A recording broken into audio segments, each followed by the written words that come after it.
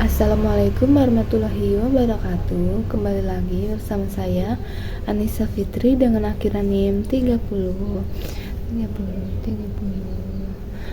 Jadi pada kesempatan kali ini saya akan membawakan materi tentang bunyi dan irama. Jadi langsung aja ya. Bunyi dalam puisi adalah salah satu elemen utama yang memberikan keindahan dan kekuatan pada sebuah karya sastra.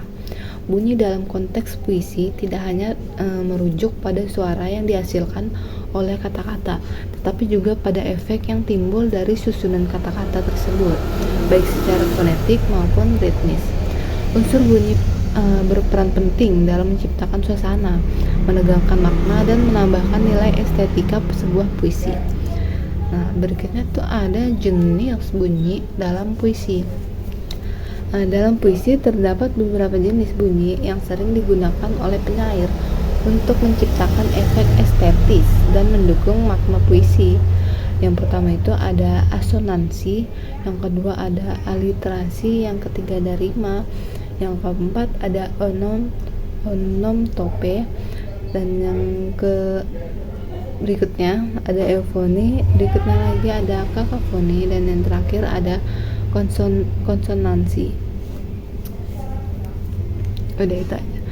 Saya jelaskan lagi tentang irama. Jadi irama dalam puisi dapat didefinisikan sebagai pola ritmis yang tercipta dari pengulangan bunyi, kata atau frasa dalam puisi.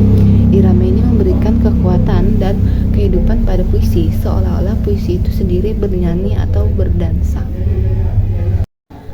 Ada beberapa unsur pembentuk irama. Yang pertama itu ada ritme, yaitu pola atau susunan bunyi yang berulang secara teratur. Terus ada rimba, yaitu pengulangan bunyi akhir pada beberapa kata dalam puisi. Dan berikutnya ada fungsi bunyi dan irama. Yang pertama itu ada fungsi bunyi. Pertama ada memperdalam ucapan, yang kedua menimbulkan rasa, yang ketiga ada menimbulkan bayangan angan yang jelas, dan yang keempat ada yang menimbulkan suasana yang khusus, dan yang terakhir ada sebagai hiasan. Terus ada fungsi irama, ada dua aja. Yang pertama menjadikan puisi lebih indah dan memikat, dan yang terakhir ada membantu memperkuat makna puisi. Berikutnya menganalisis puisi pada puisi tender. Jadi yang pertama itu menganalisis aliterasi. Jadi aliterasi itu muncul melalui pengulangan bunyi konsonan yang sama di awal kata, seperti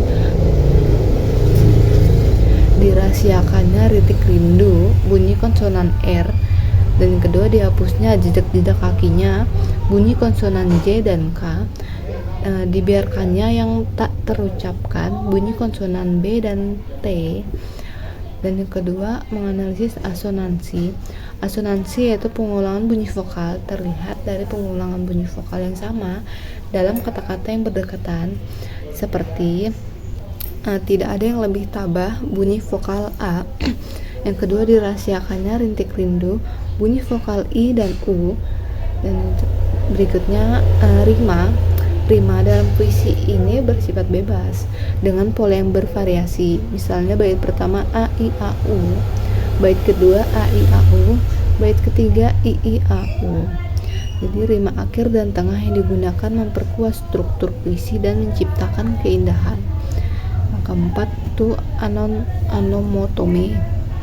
Pada puisi ini tidak secara jelas menggunakan kata-kata onomatope yang meniru bunyi, akan tetapi puisi ini tetap menciptakan kesan bunyi dan suasana melalui penggunaan kata-kata dan frasa yang menggambarkan susunan hujan. Terus yang kelima ada eufoni. Puisi Hujan di Bulan Juni karya Sapardi Djoko Damono menggunakan eufoni yang menciptakan susunan yang tenang dan damai. Sapardi menggunakan bunyi vokal A dan U yang dominan, serta konsonan lembut untuk menciptakan alunan yang tenang dan harmonis. Yang keenam ada kakofoni. Puisi Hujan di Bulan Juni Supardi, Djoko, dan Mono tidak menggunakan kakofoni dalam bentuk yang jelas, tetapi ada beberapa elemen konteks dan ketegangan emosional yang bisa diinterpretasikan sebagai bentuk kakofoni secara implisit. Elemen-elemen ini meskipun halus berkontribusi pada kedalaman emosional puisi tanpa menggunakan keindahan bunyi yang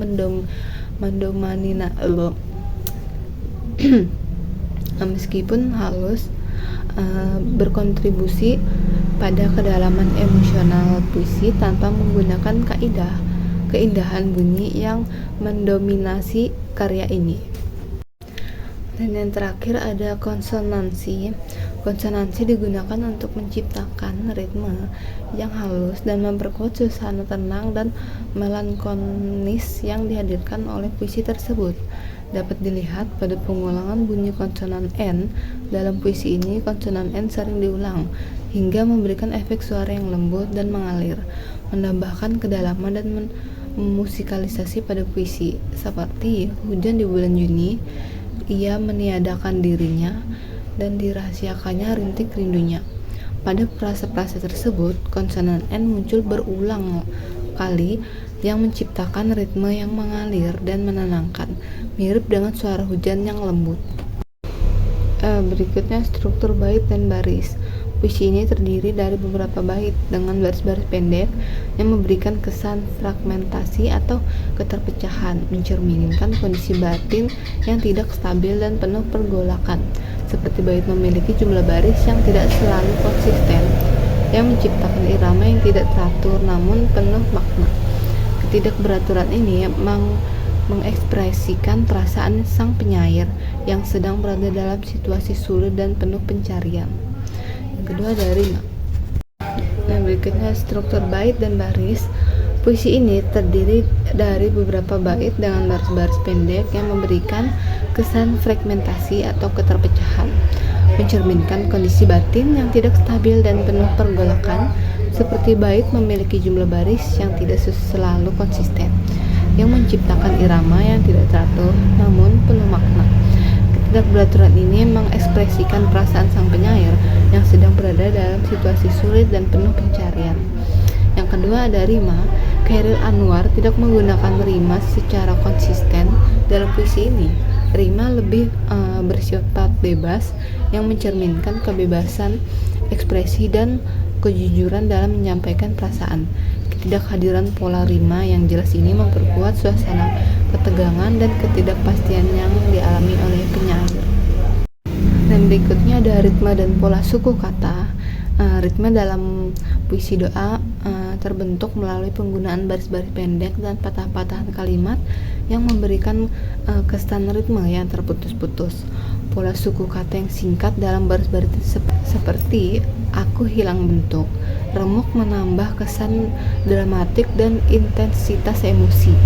Ritme yang tersendat-sendat ini seolah-olah menggambarkan napas yang tertahan, penuh dengan pengulangan batin. Berikutnya yang keempat ada intonasi dan nada. Intonasi dalam puisi ini sangat bervariasi, mulai dari ketenangan yang penuh perundangan hingga puncak emosi yang intens. Pada baris Tuhanku dalam temamu, aku masih menyebut namamu. Intonasi cenderung lembut dan penuh perasaan, sedangkan pada baris aku hilang bentuk remuk, intonasinya lebih keras dan mendalam, mencerminkan pada puisi mencerminkan rasa putus asa.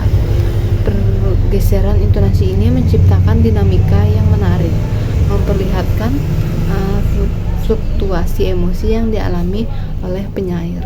Yang terakhir ada pengulangan dan aliterasi. Pengulangan kata Tuhanku memberikan irama yang berkesan, seperti mantra atau doa yang terus diulang, mempertegaskan hubungan intim antara penyair dan Tuhan. Pengulangan ini juga menciptakan irama yang konsisten meskipun suasana hatinya berubah-ubah. Aliterasi dalam kata-kata seperti cahayamu panas suci menambahkan ritme yang memperkuat kesan visual seperti menambahkan ritme menambahkan ritme dan memperkuat kesan visual serta emosional yang ingin disampaikan. Jadi segitu aja yang bisa saya sampaikan pada hari ini. Mohon maaf kalau ada salah-salah kata. Assalamualaikum warahmatullahi wabarakatuh. Bye bye.